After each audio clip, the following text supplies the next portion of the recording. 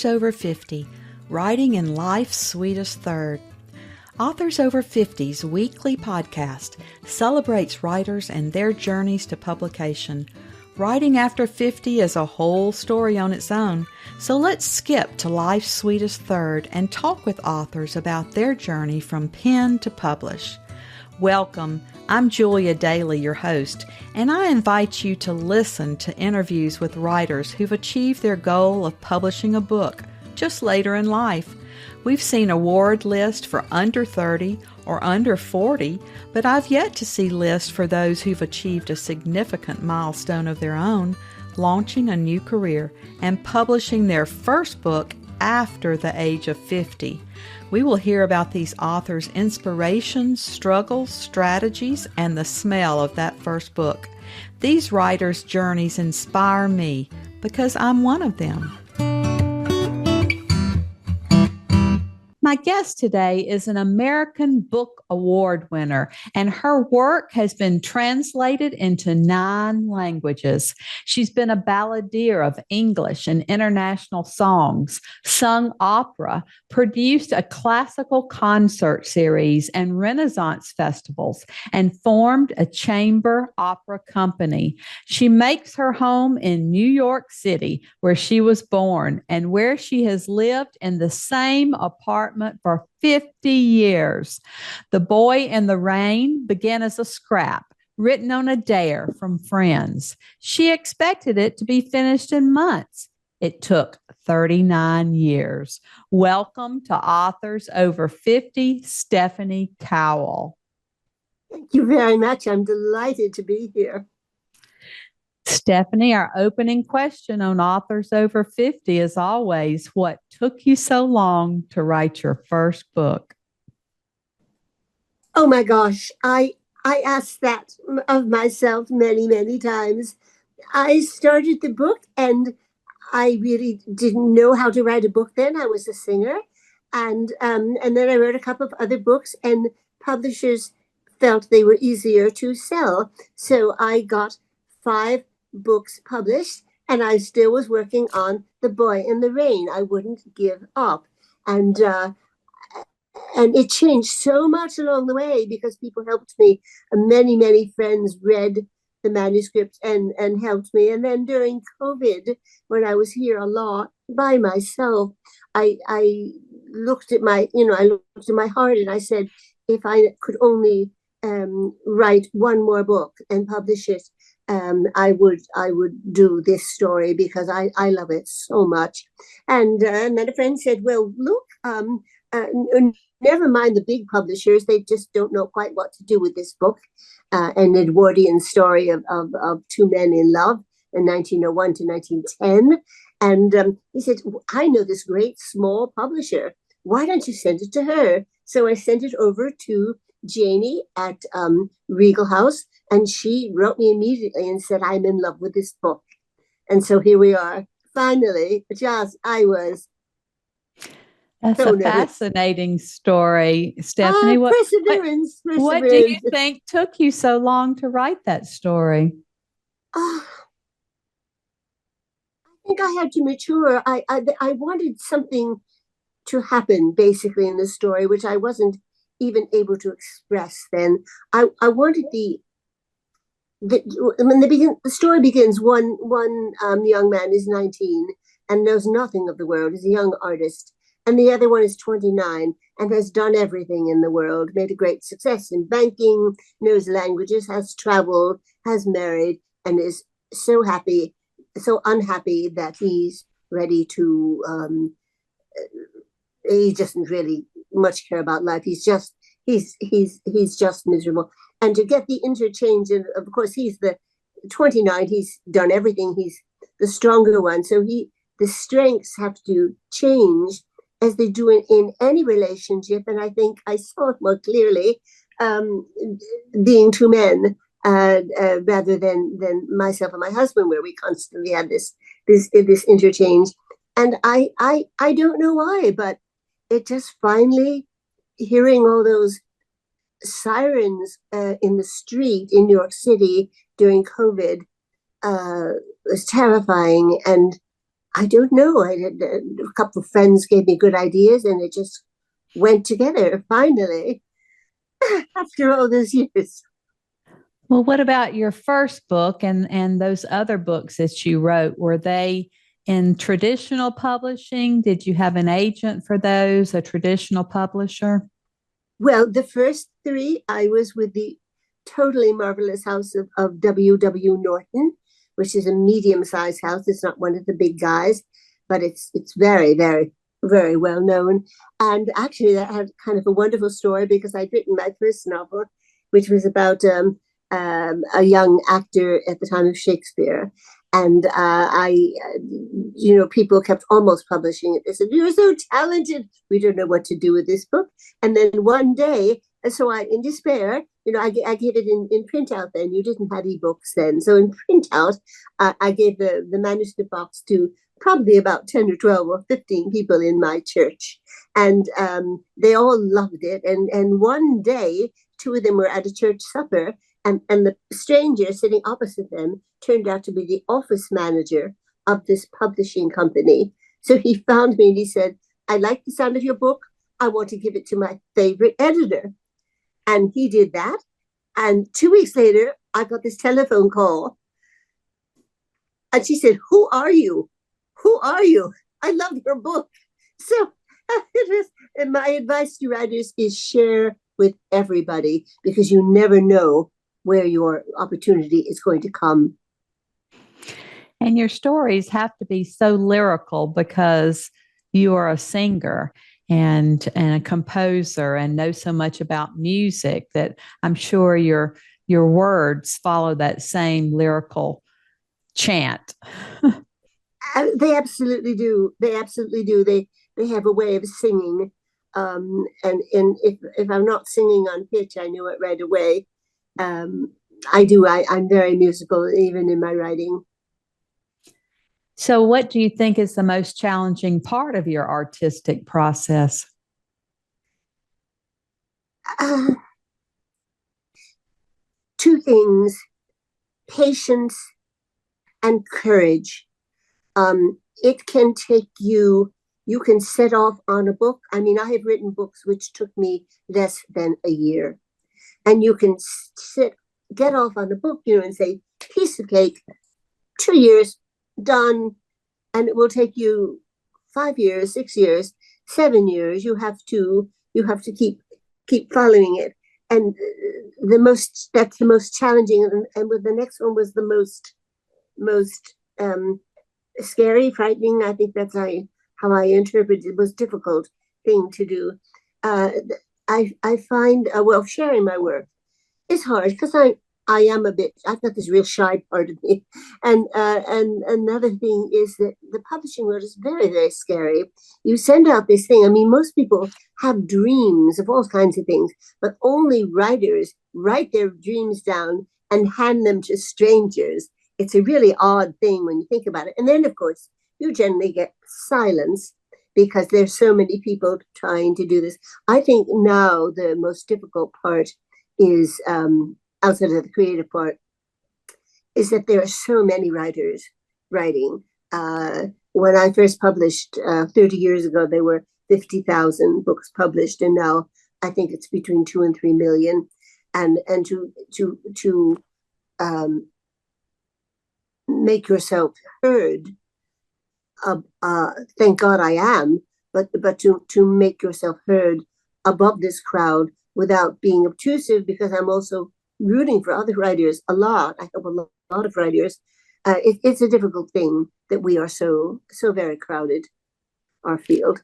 We're so intimidated by how many books are published every year. We do want our voices to be heard, and yet it's so difficult. And so many of us want to write. We don't want to promote ourselves.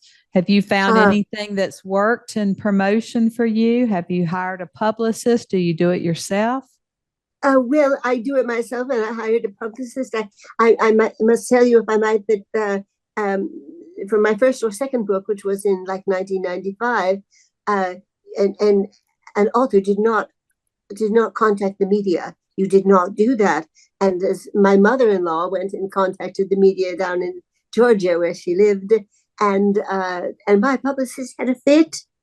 We don't do that. And it's like now it's go contact the media. So yeah, contacting the media is a little bit it's scary. It's really scary, and the worst thing is that lots of times you don't even get an answer.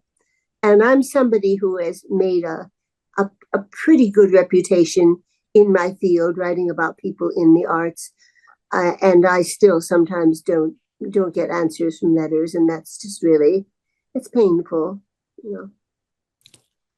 What is your inspiration? How do you come up with the premise for one of your books? I think they choose me. A character suddenly appears and says, "Please write. You must write my story." And sometimes it's just a line or two, and I know nothing whatsoever. And I'll start off and do sometimes dozens and dozens and dozens of drafts, because I don't even know what I want to say in the beginning. I just know here's this character in my mind standing there looking at me saying, "Write my story." And you say, "What story?" what? And just as you go along, this is my way of writing, it forms somehow into a story. And then maybe you have to cut out half that story because it doesn't work. It's a very mystical process, and I wish I had a way of doing it in a predictable way. It really is mystical, and our characters do speak to us. I found that in my own writing. They just take a path that I didn't know that they were going to take. It really does happen. Do they wake you up? They do wake me up. Oh, yes, me too. What about real people? Did they inspire any of your characters? Well, not really. Some of my characters actually lived, like Monet and Mozart. So, but everyone was asking me about where the guys from The Boy in the Rain came from, and as my answer was always that I saw them in kind of a vision walking downstairs in a country house. But it wasn't until after I published the book that I suddenly remembered two lovely adolescent boys I knew in high school, and they were very beautiful, and they were deeply in love with one another. And of course, at that time, it was still illegal, so they had to hide it. So they had this tremendous longing, even for the chance to be with one another, and I was kind of with them a lot.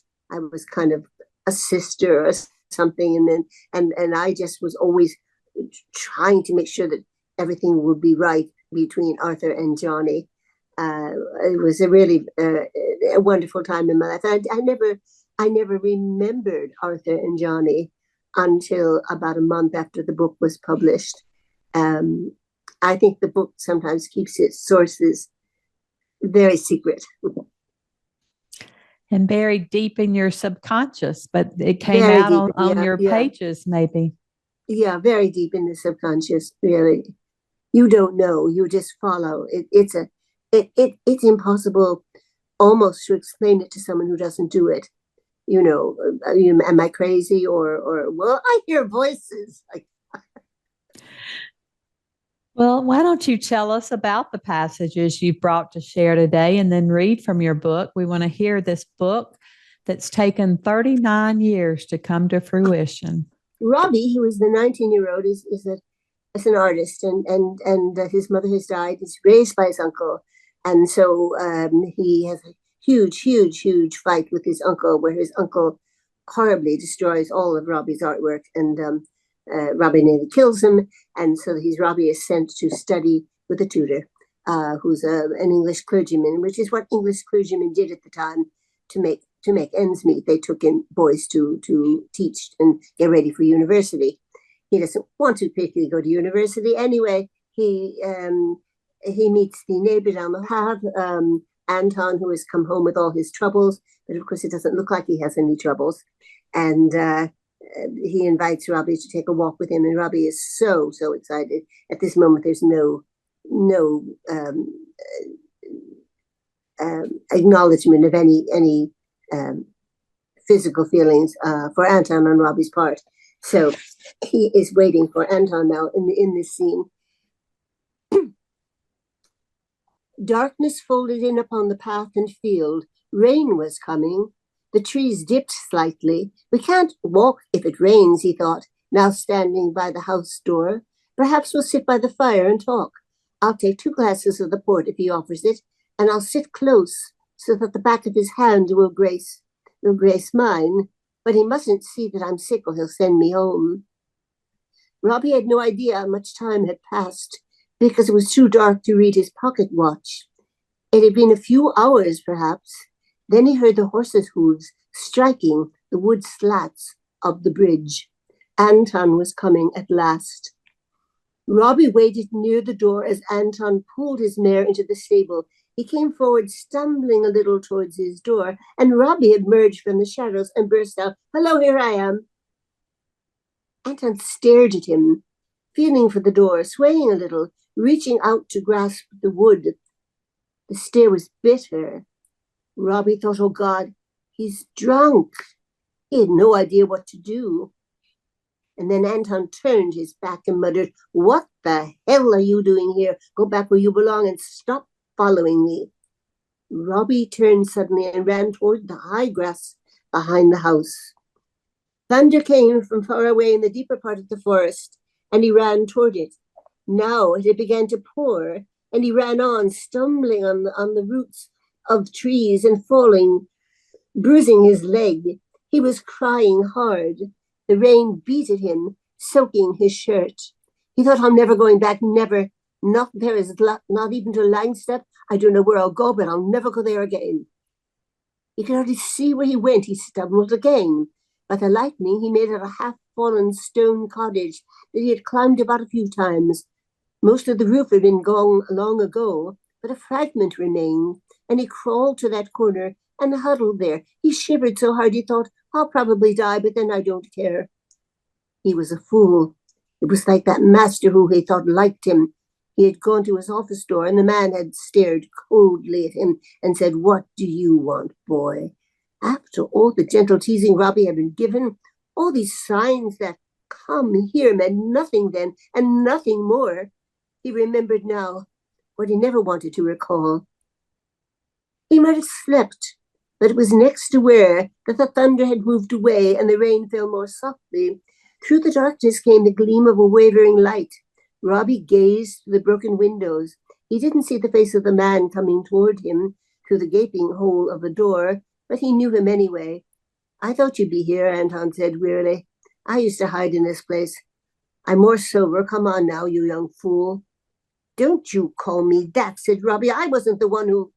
Robbie rose haltingly to his feet and struck out at Anton's chest and shoulders, his fist hitting the slick, rubbery mackintosh. The lantern had fallen to the ground, and what he struggled against now were the arms which pinned his own by holding him closely. He shouted, "Don't touch me! Let me go!" Anton said, "You'll knock us both into the mud. We're wet enough here without that." He slowly removed his arms, opened his mackintosh, and pulled half of it over Robbie.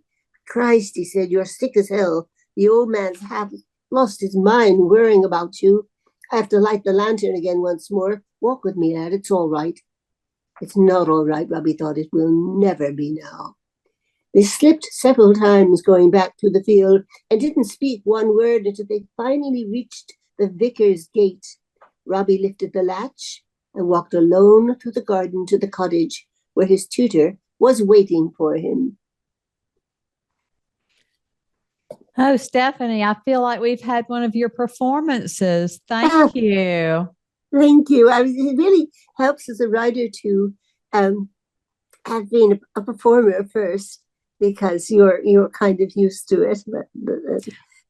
Well, I've interviewed some actors, and they've told me that it helped them to be an actor because they had to accept so much rejection along the way and having to get used to that before they hit the publishing world. I don't know. I don't like rejection. It's really I have a hard time in writing sometimes, in getting my work out there, because I don't like to contact anyone if they possibly might say no. I just don't like to do that. It's just I'm rather shy, so I'm constantly battling against that. Really. Well, fortunately, your work does not receive much rejection. It is beautiful. Thank you so much. Do you have any other books in you? Besides the ones I've written? Yes. The next books. The next books. Well, the next book is, now I'm horribly nervous, because I just sent it to my editor at my publishing house. It's about the Bronte sisters, and Emily has had sort of a vision of a man since she was a child, and played alone in a stone cottage on the moors. And when she is 26, she meets him again, and she falls deeply in love with him. The only problem is no one else has ever seen him. So no one is quite sure if he really exists, partially exists, or doesn't exist at all.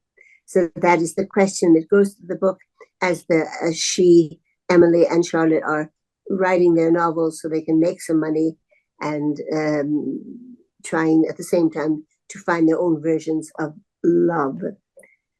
That's basically the story that came to me, and took rather a while to get it together. Yeah, that wasn't like this. Wasn't like The Boy in the Rain, but it was something. Well, you take enough time on your books that they don't have to edit a lot, I'm sure, because they are so beautifully written. Oh, that's very kind of you. My editor did almost nothing. My editor, Robbie, but Robbie had been helped by, I had an agent I adored, but he couldn't sell it. He had people in his office, and I had my friends, many friends, read it over the years, and gave me suggestions and said, maybe he should do this. In fact, one of them actually changed Anton's trajectory, his career, into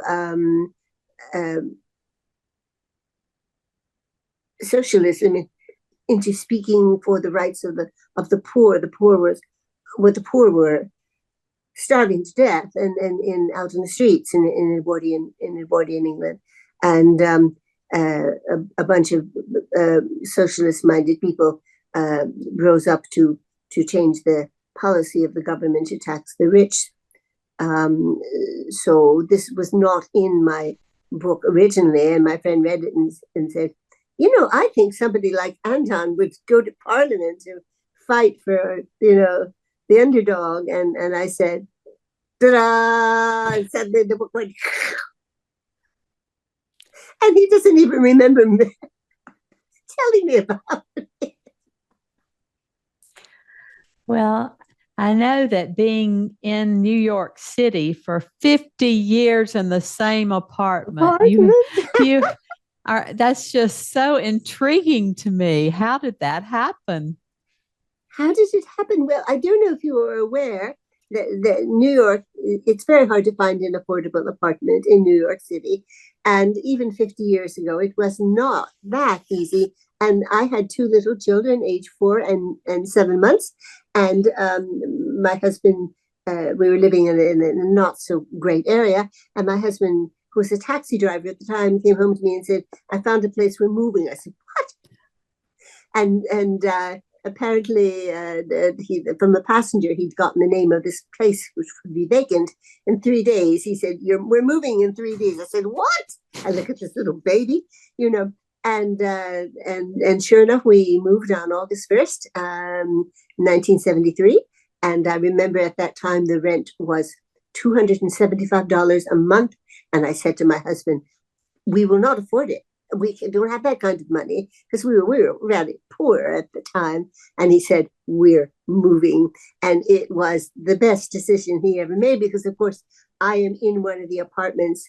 1/3 of our apartments are under what is called rent stabilization. So they cannot suddenly raise your rent from $1,000 to $3,000. By law, they can only raise it a small percent. So, of course, it has gone up. It's much more than 275 now. But I was hoping that you still had that rent control for 275. No, unfortunately, they do allow the poor landlord to in this case, it is the poor landlord to increase 3%, 6% a year, but none of this. You want a 2-bedroom apartment, $9,000 a month, please, which is one of the horrible things about New York, because very few people can. I could never. I mean, pay anything like that, But so I'm under protection. So thank God. I thank God every day for that. Believe me. Well, Stephanie, what about your writing routine every day in your lovely apartment? Well, for many, many years, I have in the hall cubby, my husband set up shelves and everything. We put my computer in there, and that's my place. And all my books have been written there. And for many, many years, of course, contrary to public opinion, there's very few of writers, maybe 1% of 1% of 1%, who can earn a living from writing. So you must do something else. So for 25 years, I had a very congenial job. And I would get up at 6 in the morning and write for 2 hours, and then run madly into work, always late. They were very kind to me. And write on my lunch hour. I really had so much energy, and I really wanted to write. So I had that, and then I became a single parent with 2 young boys, and I still did that. And it was a lot, but we did it. That's the whole thing. We did it. So I'm going to love thinking of you writing in that apartment, having written all of your books in the same place, because there's so many of us who are so transient these days and moving around and trying to find a place to write. So I love the idea that you've written all of your books in your same spot. It's true. The computer has changed over the years, of course, from an early version of a laptop, which was horribly expensive, to a desktop. And I still have a desktop, except my wonderful grown sons, who are just marvelous guys, bought me a pink iPad for my birthday, and I'm on my iPad now. Otherwise, I'd be on my cell phone talking to you, which is not more difficult. Yes. More difficult. Well, as always, our last interview question is, our writers over 50 are quite unique. Do you have advice for writers 50 and above? Well, considering almost all the writers I know are 50 and above, I'm not sure. I just feel that to allow yourself to make up another world is wonderful. And especially when you get to the age when you're retired and you don't have to go to a job, to make up another world is really wonderful. And also to get yourself a strong community of writers and be as devoted to them, as you possibly can, and it will pay off. It just makes this a wonderful community to be with people and doing this extremely time-consuming, difficult, marvelous, extraordinary, crazy thing together. It's lovely. It's so true. I have found this community to be just the most generous community that I've ever been involved with, and I can tell that you're one of those generous writers as well to share with us today your journey. And we are excited to say that you're now one of our authors over 50. Oh, very over 50 if I have a 53-year-old son. Quite over 50. Thank you for being with us, Stephanie. Thank you so much, Julie. It's been wonderful. Thank you so much. Thank you for joining us today. Please look for Authors Over 50 every Thursday when we will have conversations with accomplished debut novelists over the age of 50. Please subscribe and share with a friend. And check out my own publication journey after 50 at www.juliadaily, that's D-A-I-L-Y, like dailynewspaper.com. Until next time, keep reading and writing. And remember, it's never too late to fulfill a dream in life's sweetest third.